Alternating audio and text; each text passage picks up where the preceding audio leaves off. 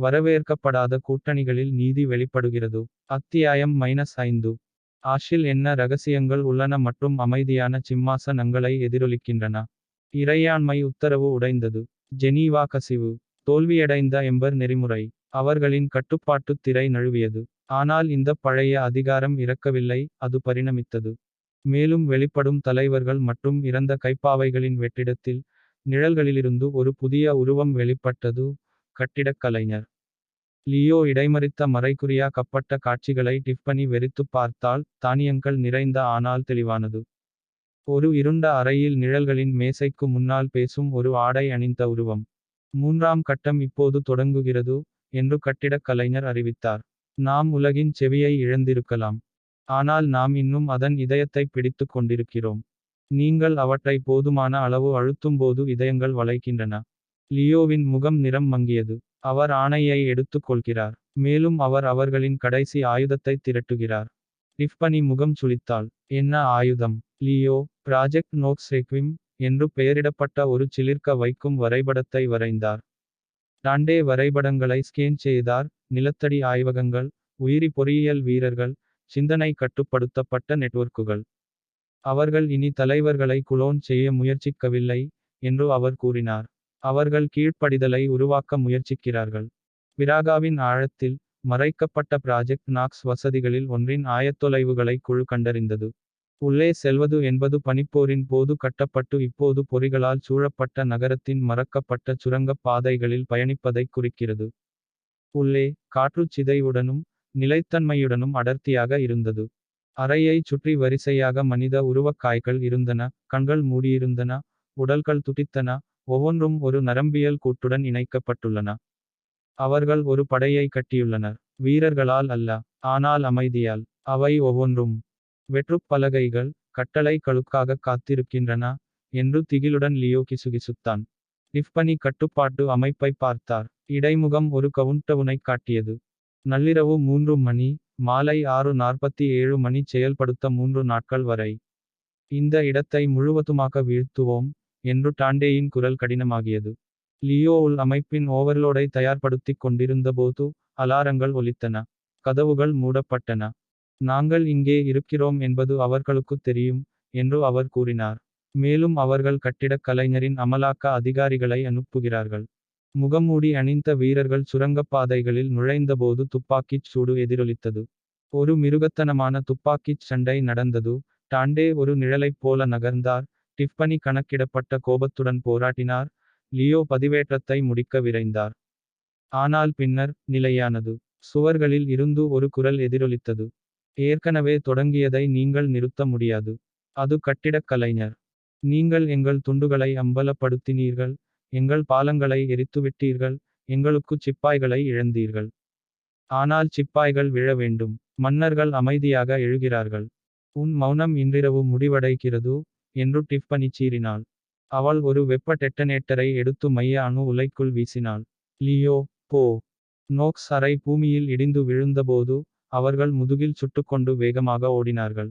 தரைக்கு மேலே, பிராகா வசதி இடிந்து புகைந்து கொண்டிருப்பதை எதிர்ப்புப் படையினர் பார்த்தனர். செயல்படுத்தும் கவுண்டவுன் அழிக்கப்பட்டிருந்தது. ஆனால் லியோ பதட்டமாகத் தெரிந்தார். அது மட்டும்தான் நாக்ஸ் வசதி இல்லையா? அப்படியா? டிஃபனி ஆர்கிடெக்டின் டிரான்ஸ்மிஷனின் விரிசல் திரையை வெறித்துப் பார்த்தாள். இல்லை. அவன் இப்போதுதான் தொடங்குகிறான். ஒரு மறைக்கப்பட்ட மலைக்கோட்டையில், கட்டிடக் கலைஞர் திரைகளின் சிம்மாசனத்தின் முன் நின்றார். மில்லியன் கணக்கான கண்கள் பார்த்து, காத்திருந்தன. அவர் சிரித்தார். அவர்கள் ஒரு ஆய்வகத்தை எரிக்கட்டும். நான் சாம்பலில் இருந்து ஒரு பேரரசை உருவாக்குவேன். ஆனால் அந்தக் கூட்டணி இனி சாத்தியமில்லை. அது தவிர்க்க முடியாதது. அது இப்போதுதான் தொடங்கிவிட்டது. பிராக் வசதியின் இடிபாடுகளில் இருந்து இன்னும் புகை எழுந்தது. ஆனால் கொண்டாட நேரமில்லை. எதிர்ப்பு இறையாண்மை ஒழுங்கை மெதுவாக்கவில்லை. இப்போது, கட்டிடக் கலைஞர் முழு கட்டுப்பாட்டையும் எடுத்துவிட்டார். அவர்களின் ஆல்பைன் மறைவிடத்தில், அழிக்கப்பட்ட நோக்ஸ் மையத்திலிருந்து துண்டுகளை லியோ மறைகுறியாக்கினார். அவர் முகம் சுளித்தார். ஆழமாகப் புதைந்து கிடக்கும் ஒன்றைக் கண்டேன். கட்டிடக் கலைஞரின் முதன்மை திட்டம் கீழ்ப்படிதலைப் பற்றியது மட்டுமல்ல. அவர் உலகளாவிய டிஜிட்டல் நினைவகத்தை குறிவைக்கிறார். அவர் வெற்றி பெற்றால், ஒவ்வொரு உண்மையும், ஒவ்வொரு பதிவும், ஒவ்வொரு அடையாளமும் போய்விடும். டிஃபனி சாய்ந்து, வரலாற்றை முழுவதுமாக மாற்றி எழுதலாமா? லியோ தலையசைத்தார். அவர் அதை ப்ராஜெக்ட் எக்லிப்ஸ் என்று அழைக்கிறார். டாண்டே தனது பக்கவாட்டு ஆயுதத்தை ஏற்றினார். அவர் சுவிட்சை அழுத்துவதற்கு முன்பு நாம் விளக்குகளை இயக்குவோம். எக்லிப்ஸ் திட்டம் கோட்பாட்டு ரீதியாக மட்டுமல்ல, அது செயல்பாட்டு ரீதியாகவும் இருந்தது. லியோ அதன் வெளியீட்டு புள்ளியை ஆர்க்டிக் வட்டத்திற்கு அடியில் உள்ள ஒரு பிளாக் சைட் சர்வர் வசதிக்கு கண்காணித்தது. இது வால்ட் ஓரியன் என்ற குறியீட்டுப் பெயரிடப்பட்டது. இது உலகின் மிகவும் பாதுகாப்பான தரவு காப்பு பிரதிகளை வைத்திருந்தது. வங்கி, அரசாங்க காப்பகங்கள், வகைப்படுத்தப்பட்ட உளவுத்துறை. கட்டிடக் கலைஞர் பெட்டகத்தை சிதைத்தால், அந்த ஆணை கடந்த காலத்தை மீண்டும் எழுதி எதிர்காலத்தை சொந்தமாக்கிக் கொள்ள முடியும். மிஷன் ஓரியனுக்குள் ஊடுருவி வால் பதிவேற்றத்தை நிறுத்துங்கள். இறுதி உண்மையை அம்பலப்படுத்துங்கள். ஆனால் அந்த பெட்டகம் அவர்கள் எதிர்கொண்ட எதையும் போலல்லாமல் இருந்தது. நிரந்தர உறைபனிக்கு அடியில் புதைக்கப்பட்டு, ஏஐ ட்ரோன்களால் பாதுகாக்கப்பட்டு, பயோமெட்ரிக் தோல்வி சேஃப்களால் கண்காணிக்கப்பட்டு, அங்கீகரிக்கப்பட்ட கையொப்பம் இல்லாமல் உள்ளே நுழைந்தாலும் கூட தானியங்கி எரிப்பு நெறிமுறையைத் தூண்டும். உள்ளே இருந்த ஒருவர் நமக்குத் தேவை, டாண்டே கூறினார். டிஃபனி தயங்கினாள். பிறகு போன் செய்தாள். ஒரு குளிர்ந்த குரல் பதிலளித்தது. நான் உன்னை மீண்டும் என்னைத் தொடர்பு கொள்ள வேண்டாம் என்று சொன்னேன். நீ எனக்குக் கடன்பட்டிருக்கிறாய். நீ எங்களை விட கட்டிடக் கலைஞரை அதிகமாக வெறுக்கிறாய் என்று டிஃபனி பதிலளித்தார். நிசப்தம். பிறகு, ஆயங்களை அனுப்பு. அடுத்த நாள், அவள் வந்தாள். முன்னாள் ஆர்டர் தொழில்நுட்ப கட்டிடக் கலைஞர் வலேரியா கிரேன் தப்பியோட்டியவராக மாறினார். குளிர்ச்சியான, புத்திசாலித்தனமான மற்றும் கொடிய. அவள் திட்டங்களை ஆராய்ந்தாள். நான் வால்ட்டின் அசல் ஏஐ வடிவமைத்தேன். நான் உன்னை உள்ளே அழைத்துச் செல்ல முடியும். ஆனால் நாம் உள்ளே நுழைந்தவுடன், வேறு எந்த வழியும் இல்லை. சிக்னல் இல்லை. நாம் வெற்றி பெறாவிட்டால் வெளியேற வழி இல்லை. டிஃபனி தலையசைத்தாள். அப்படியானால் நாம் தப்பிக்கத் திட்டமிடவில்லை. இதை முடிக்கத் திட்டமிடுகிறோம். வால்ட் ஓரியனுக்குள், ஒவ்வொரு அடியும் ஒரு கவுண்டவுன் போல எதிரொலித்தது. வலேரியா விழித்திரை கட்டத்தைத் தாண்டிச் சென்றார். லியோ நரம்பியல் பைபாஸை ஹேக் செய்தார். டாண்டேவும் டிஃபனியும் கிரையோஜெனிக் தரவு அறைகள் வழியாக நிழல்கள் போல நகர்ந்தனர். பின்னர் திரை ஒளிர்ந்தது. கட்டிடக் கலைஞர் தோன்றினார். அவரது குரல் மென்மையானது, விஷமானது. நீங்க எப்போ என் வீட்டு வாசல்ல வந்து சேருவீங்கன்னு நான் யோசிச்சேன். இது இப்போ முடிஞ்சுட்டுச்சு என்று டிஃபனி முன்னோக்கி வந்தாள். ஓ, அது ஏற்கனவே முடிந்துவிட்டது என்று அவர் கூறினார். நீங்கள் சாம்பலின் வழியாக நடந்து கொண்டிருக்கிறீர்கள். திடீரென்று, அறை அதிர்ந்தது. ஒரு ஃபெயில்சேஃப் தூண்டப்பட்டது. ஆர்டர் கட்டளையின் கீழ் கணினி அனைத்து தரவையும் குறியாக்கம் செய்யத் தொடங்கியது. அவர்கள் அதை 7 நிமிடங்களில் நிறுத்தவில்லை என்றால், ஒவ்வொரு உண்மையும் மேலெழுதப்படும். டிஃபனியும் லியோவும் கட்டுப்பாட்டு மையத்தை அடைந்தபோது, டாண்டே லாசரஸ் காவலர்களின் அலைகளைத் தடுத்து நிறுத்தினார். இறுதி ஃபெர்வால் தீங்கிழைக்கும் குறியீட்டால் துடித்தது. கட்டிடக் கலைஞரால் குறியிடப்பட்டது. லியோவின் விரல்கள் துடித்தன. அவர் ஒரு உயிருள்ள வழிமுறையை உருவாக்கினார். அது தகவமைத்துக் கொள்கிறது. அது கற்றுக்கொள்கிறது. நான் அதை தனியாக வெல்ல முடியாது. வலேரியா அவன் அருகில் வந்தாள். நீ தனியாக இல்லை. ஒன்றாக. அவர்கள் குறியீட்டை, துண்டு துண்டாக, அது வளைந்து போகும் வரை தாக்கினர். அசல் தரவை மீட்டெடுக்கவும். வைரஸை அழிக்கவும் என்று டிஃபனி இறுதி விசையை அழுத்தினார். பெட்டகத்தின் வழியாக ஒரு துடிப்பு பாய்ந்தது. திரைகள் வெண்மையாக மாறியது. பின்னர் தெளிவாகியது. திட்ட கிரகணம் நிறுத்தப்பட்டது. கட்டிடக் கலைஞரின் முகம் மீண்டும் பிரகாசித்தது. முதல் முறையாக. அதிர்ந்தது. நீங்கள் உத்தரவை நிறுத்த முடியாது. நீங்கள் அதை தாமதப்படுத்துகிறீர்கள். அப்படியானால், உன்னிடம் எதுவும் மிச்சமில்லாத வரை, நாங்கள் அதைத் தாமதப்படுத்திக் கொண்டே இருப்போம். டிஃபனி உள்ளே சாய்ந்தாள். அவள் பரிமாற்றத்தை முடித்தாள். உறைபனி ஆர்க்டிக் விடியலில் குழு வெளிப்பட்டபோது, உலகம் ஏற்கனவே எதிர்வினையாற்றத் தொடங்கியது. அரசாங்கங்கள் தரவு ஒருமைப்பாட்டை உறுதிப்படுத்தின. முன்னாள் ஒழுங்கு கூட்டாளிகள் சரணடைந்தனர். தகவல் தெரிவிப்பவர்கள் முன் வந்தனர். இறையாண்மை ஆணை அதன் மிகப்பெரிய ஆயுதத்தை இழந்துவிட்டது. சத்தியத்தின் மீதான கட்டுப்பாடு. மறைவிடத்திற்கு திரும்பிய டாண்டே, அது உண்மையிலேயே முடிந்துவிட்டதாக நீங்கள் நினைக்கிறீர்களா என்று கேட்டார். டிஃபனி அடிவானத்தை பார்த்தாள். இல்லை. ஆனால் இப்போது உலகம் அறிந்திருக்கிறது. இப்போது நாம் தனியாக இல்லை. லியோ சிரித்தார். அடுத்த முறை அவர்கள் நீதியை அடக்க முயற்சிக்கும்போது, நாங்கள் சத்தமாக குரல் கொடுப்போம். ஏனென்றால் அந்தக் கூட்டணி இனி சாத்தியமில்லை. அது தடுத்து நிறுத்த முடியாததாக இருந்தது. உலகம் விழித்துக் கொண்டிருந்தது. ப்ராஜெக்ட் எக்லிப்ஸ் அழிக்கப்பட்டது. வால்ட் ஓரியன் அப்படியே இருந்தது. முதல் முறையாக, இறையாண்மை ஆணை வேட்டையாடப்பட்டது. அதன் ரகசியங்கள் இனி நிழல்களால் பாதுகாக்கப்படவில்லை.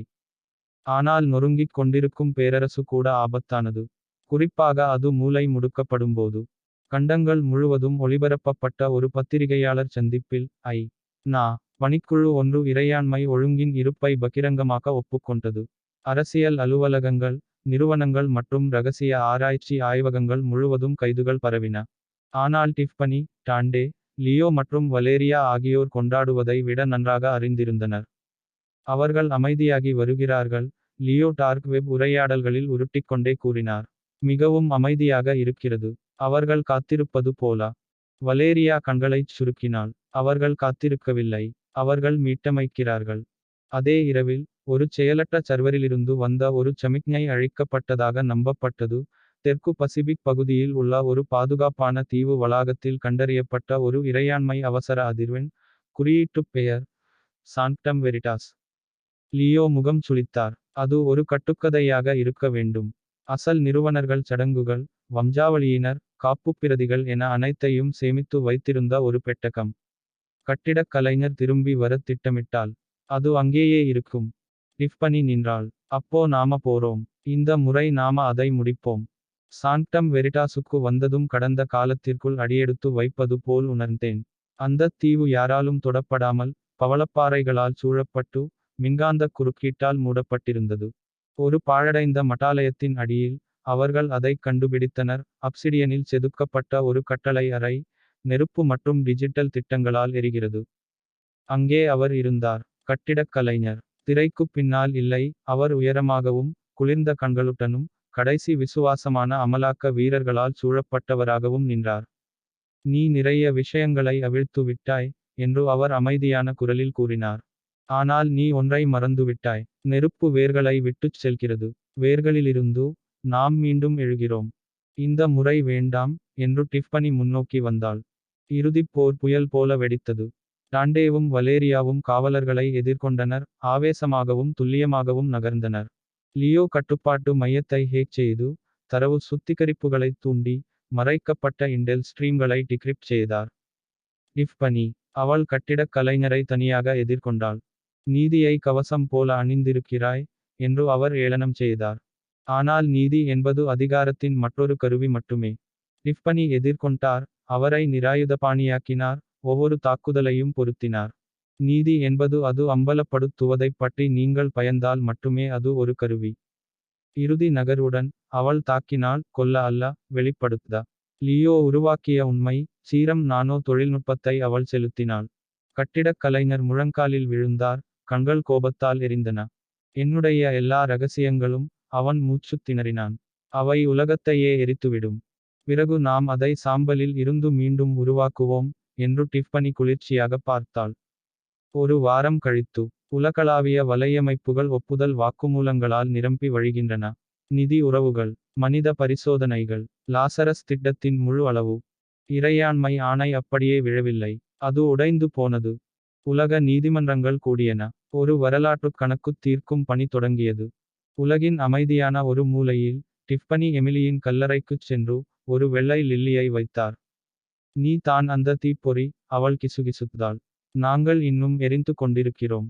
அவள் அருகில், டாண்டே சூரிய உதயத்தை பார்த்தான். இப்போது என்ன? அவள் மெல்லிய புன்னகையுடன் சிரித்தாள். இப்போது நாம் உலகம் நினைவில் கொள்ள உதவுகிறோம். அதனால் அது மீண்டும் ஒருபோதும் மறக்காது. ஏனென்றால் நீதி என்பது ஒரு இலக்கு அல்ல. இது ஒரு தேர்வு, மீண்டும் மீண்டும் செய்யப்படும், நெருப்பில் நிற்கும் அளவுக்கு துணிச்சலானவர்களால். சாத்தியமில்லாத கூட்டணி இப்போது ஒரு மரபு வழி. உலகம் இறுதியாக விழித்துக் கொண்டிருந்தது. வரவேற்கப்படாத கூட்டணிகளில் நீதி வெளிப்படுகிறது. அத்தியாயம் -6 தொடரும்.